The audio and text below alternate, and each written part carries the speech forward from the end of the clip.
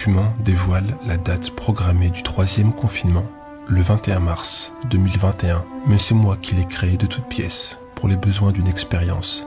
Depuis, il a été partagé des milliers et des milliers de fois sur les réseaux sociaux. Allez, je vous explique. Tout commence quand je vois tourner sur les réseaux sociaux ce document-là, un tableau, censé provenir du Haut Commissariat au Plan, l'organisme que préside François Bayrou, et qui dévoilerait le plan du gouvernement pour ces prochains mois, à savoir la date du 3e confinement, la construction de camps pour isoler les malades, la mutation programmée du virus, la date à laquelle les militaires seraient déployés, etc., etc. Et là, je m'aperçois que ce document a été partagé des dizaines de milliers de fois sur les réseaux sociaux, qu'il y a donc une quantité importante de gens qui prennent ce tableau au sérieux, qui le prennent pour un document officiel, alors que, ça se voit, il a été rédigé en 3 minutes sous Word ou sur OpenOffice. Franchement, sur le moment, j'ai du mal à y croire. Et puis, je décide de faire une expérience et de voir à quel point un document bidon peut être pris au sérieux et à quel point un faux grossier peut se propager rapidement sur les réseaux. Alors voilà, je prends 10 minutes de mon temps pour bidouiller un faux document sur Photoshop.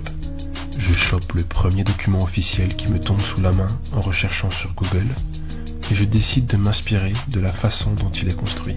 Un numéro de référence, un titre, note d'information, un code barre en bas, etc.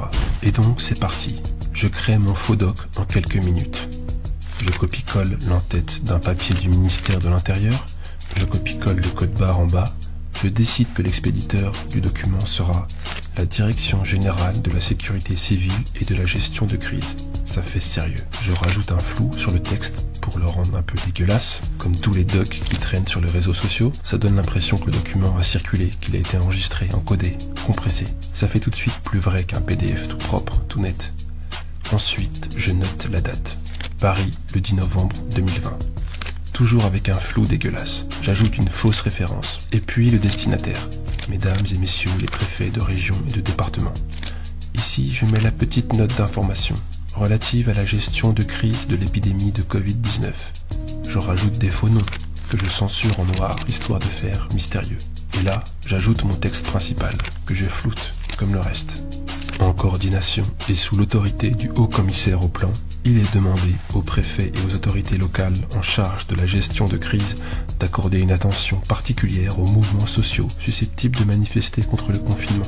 Le Conseil de défense ayant statué pour un 3e confinement au 12 mars 2021, un climat contestataire ne saurait être admis avant le déconfinement du printemps 2021, sans quoi la campagne de vaccination massive ne pourra susciter un consentement populaire. Le ministère de l'Intérieur, le Haut Commissariat au Plan, ainsi que le service central du renseignement territorial attendent que leur soient transmis des rapports quotidiens suivant la norme 564P. Évidemment, c'est une norme inventée, je ne m'embête même pas à en chercher une vraie. Et la date du 12 mars 2021, je la prends aussi totalement au hasard.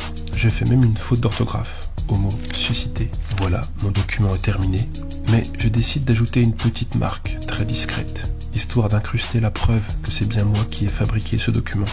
Voilà ce que je décide d'insérer dans le document. C'est du morse, et ça signifie faux. Je le place discrètement entre le drapeau et le ministère de l'Intérieur. Je baisse son opacité, histoire que ce soit vraiment très discret, et j'enregistre le document en le compressant à mort, histoire de rendre le truc encore plus dégueulasse. Sous certaines publications, sur les réseaux sociaux, on retrouve parfaitement ce petit code en morse. Mais les gens se partagent le document à partir de screens, puis de screens faits à partir d'autres screens, ce qui dégrade encore plus la qualité du document. Parfois, en augmentant l'exposition, malgré la compression, on retrouve tout de même mon petit morse, mon petit code. Parfois, la compression détruit ce petit détail. Bref, en tout cas, en 10 minutes, j'ai créé un faux document qui annonce la date d'un 3e confinement déjà planifié par le gouvernement. Maintenant, pour continuer l'expérience, il faut le balancer sur les réseaux. Alors je me crée un faux compte Facebook et je commence à le poster sur quelques pages en tout genre, en précisant juste que je tiens ce document d'un ami qui travaille au ministère de l'Intérieur. Sauf qu'au bout de 15 minutes, Facebook détecte que mon compte est suspect et le désactive. Je n'ai eu le temps de poster le document que sur 4 pages Facebook. Et des petites pages, pas des pages avec des centaines de milliers de membres. À ce stade de mon expérience, je suis persuadé que ça ne va pas marcher. Je n'ai pas eu suffisamment de temps pour le diffuser. Nous sommes le 16 novembre, il est 19h. Mercredi 18 novembre, moins de 48 heures après la fabrication de ce fake grossier, le document devient viral. Il est partagé des milliers et des milliers de fois sur Twitter et sur Facebook. Le prochain reconfinement est planifié pour le 12 mars, voire la note au préfet. Un 3e confinement en France pour mieux faire accepter le vaccin. Nous avions raison, cher ami. C'est honteux ce que les merdias et les journalopes nous cachent. Voici la preuve que tous les préfets en France sont au courant d'un plan de reconfinement au printemps, au 12 mars 2021, et que la vaccination sera forcée. La date du 12 mars 2021 devient également virale. Prochain confinement numéro 3, prévu le 12 mars 2021. Le 12 mars 2021, le 3e confinement. Peut-être que la date du 3e confinement pourra leur montrer qu'il n'y a rien de sanitaire. Annoncé le 12 mars 2021, 4 mois avant. Mon faux document est tellement viral que les médias s'en emparent. France Info, 20 minutes, L'Indépendant, l'AFP, Orange Actu, etc. Les médias contactent la Direction Générale de la Sécurité Civile et de la Gestion de Crise. Ils contactent également le ministère de l'Intérieur pour avoir un démenti. RTL décide également d'en parler. Certaines publications virales annoncent déjà une 3e vague. Un document, a priori officiel, logo avec la devise française et émanant de la Direction Générale de la Sécurité Civile avec le texte suivant. Et puis le 20h de TF1. Une folle rumeur court sur les réseaux sociaux ces derniers jours. Document à l'appui, elle affirme qu'un 3e confinement est déjà prévu et même programmé à une date très précise. 3e confinement au 12 mars 2021. Toute cette agitation créée par un faux document fabriqué en 10 minutes sur Photoshop et balancé sur 4 petites pages Facebook. Alors oui, je comprends tous ces gens qui n'ont plus confiance en rien. Les médias, les politiques, les élites en général ne suscitent plus de confiance. Les gens doutent de leurs paroles. Ils craignent d'être manipulés. Et ça se comprend. Le doute est sain. Mais le doute ne doit pas disparaître dès lors qu'une information provient d'un canal autre que les grands médias ou les gouvernements.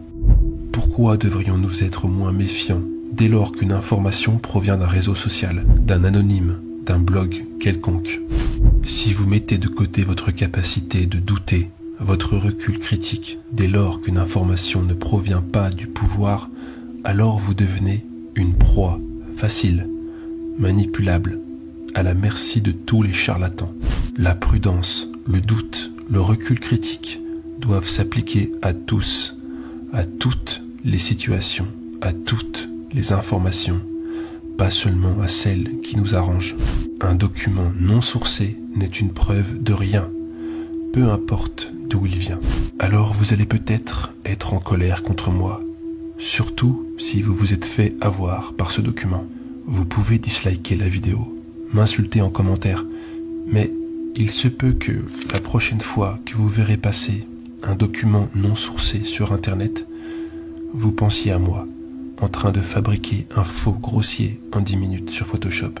Et si vous avez à ce moment-là un semblant de doute, une hésitation, alors mon expérience aura atteint son but.